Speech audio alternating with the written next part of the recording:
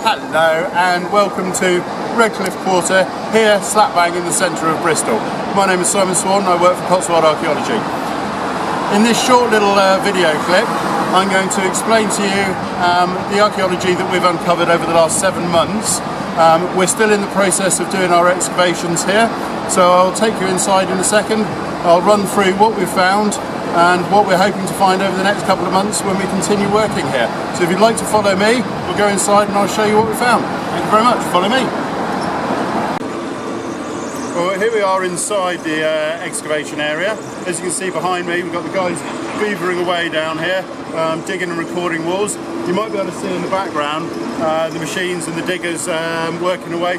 We're actually in the middle of a construction site, so we're doing our work directly prior to the developers coming in and building a new multi-million-pound mixed-use area, regenerating this area of Redcliff that was, pretty honest, was quite run down prior to this. Part of our work is to uncover, excavate, clean and record all the archaeology that we can see down there. We have a whole series of walls, all relating to buildings, medieval buildings. The earliest buildings really from the 12th century, and they all extend off Redcliff Street, which runs north-south over there to the left-hand side of the site.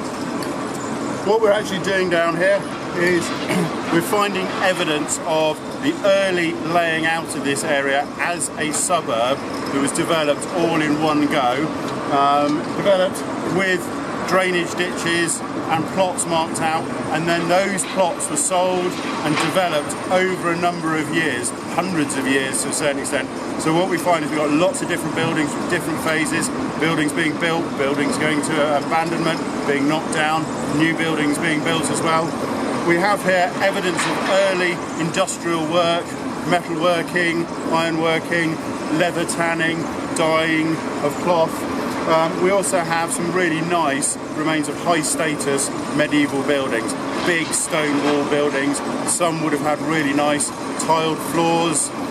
We've got wells, all sorts of lovely artifacts as well coming up, some really nice personal artifacts. We have coins, we've got moulds for coins, we've got leather shoes, all sorts of lovely things that give us a real insight into actually not just the buildings, but who was actually living here, what they were doing on a day-to-day basis as well. What we also have as well that gives us real wealth of information is in and amongst those, certainly to the rear of the buildings, we have cesspits. Obviously I won't go into too much detail of what we found in the cesspits, but they give us so much information on people's diet, their health, what sort of foods they were eating, where these foods were coming from. And we also find as well really nice artifacts that people drop accidentally in these cesspits and don't want to retrieve. So all together, all of the information that the guys down there are piecing together as we speak right now starts to tell a really in-depth story of this area of Redcliff, how it developed from the 12th century, and how it became to be the big bustling market area with all the merchants living here and the very rich folk living here throughout the medieval period and going into the post-medieval period. And here we are down in the excavation area. You can see the archaeologists busy at work behind me, and right behind me to the far background we've got the construction workers there removing the spoil and everything. So sorry about the noise, but it's an ongoing construction site, so a lot going on at the same time. Here though, we're working away and we're uncovering a series of the walls that you can see leading away to the behind me. They're the individual plot boundaries, the medieval houses that would have fronted Redcliff Street. We've got the backs of those houses visible now, with floor surfaces, work surfaces, a lovely cobbled surface down here which is probably related to some sort of industrial activity, and we've got buildings extending further on to the back. We are going to be extending our excavations further behind me, so we'll be revealing these tenement plots leading all the way back, so we'll hopefully be seeing what's happening to the back of these buildings and what's happening in the gardens as well. We have got an open day for the 15th of September. You're more than welcome to come down.